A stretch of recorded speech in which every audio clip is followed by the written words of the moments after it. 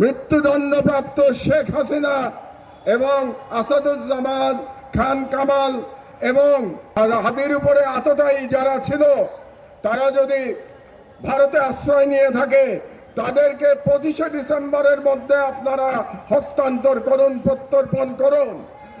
আমি হাদির রক্তের কসম দিয়ে বলছি, বাংলাদেশের প্রতিটি ভারতীয় প্রতিষ্ঠানের বিরুদ্ধে আমরা প্রতিরোধ সংগ্রাম শুরু করব। আন্তর্জাতিক আইনে বলে, আপনি যখন আপনার দেশে সন্ত্রাসীদের আশ্রয় দিয়ে তাদের মাধ্যমে অন্য কোনো দেশের অভ্যন্তরে বিশৃঙ্খলা এবং সন্ত্রাসী কর্মকাণ্ড করবেন, তার অর্থ হচ্ছে আপনি সেই দেশের বিরুদ্ধে যুদ্ধ ঘোষণা করেছেন।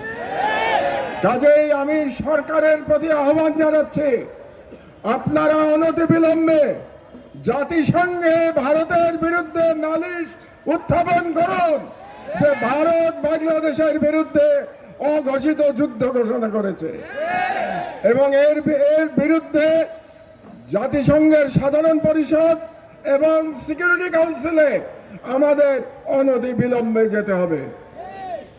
2 নম্বর, রাজনৈতিক দলগুলোর উদ্দেশ্যে আমি বলতে চাই, অনেক রাজনৈতিক নেতা বলে থাকেন যে ভারতের সাথে বন্ধুত্ব করা ছাড়া নাকি ক্ষমতায় যাওয়া যায় না, কিংবা ক্ষমতায় গেলেও টিকে থাকা যায় না। ভারতের সাথে বন্ধুত্ব করে যদি ক্ষমতায় টিকে থাকা যেত, তাহলে শেখ হাসিনাকে পালিয়ে ভারতে আশ্রয় নিতে হতো না। কাজেই আমি ওই সমস্ত রাজনীতিবিদদের বলে দিতে চাই, এই ওসমান হাদির বাংলাদেশে ভারতের দলালি করে কোনো রাজনৈতিক দল ক্ষমতায় যেতেও পারবে না, ক্ষমতায় টিকে থাকতেও পারবে না। 3 নম্বর, আমি ভারত সরকারের প্রতি আহ্বান জানাচ্ছি, আগামী 25শে ডিসেম্বরের মধ্যে আপনারা খুনি মৃত্যুদণ্ডপ্রাপ্ত শেখ হাসিনা এবং আসাদুজ্জামান খান কামাল এবং হাদির হত্যাকারী, হাদির উপরে আততায়ী যারা ছিল, তারা যদি ভারতে আশ্রয় নিয়ে থাকে তাদেরকে 25শে ডিসেম্বরের মধ্যে আপনারা হস্তান্তর করুন, প্রত্যর্পণ করুন। না হলে আমি হাদির রক্তের কসম দিয়ে বলছি, বাংলাদেশের প্রতিটি ভারতীয় প্রতিষ্ঠানের বিরুদ্ধে আমরা প্রতিরোধ সংগ্রাম শুরু করব।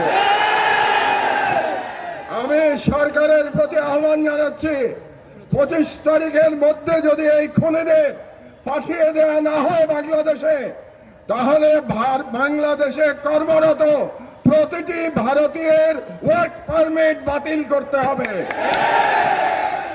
আর আমি জনগণের উদ্দেশ্যে বলতে চাই, এই অথর্ব স্বরাষ্ট্র মন্ত্রণালয় দিয়ে আমাদের নিরাপত্তা পাওয়া যাবে না।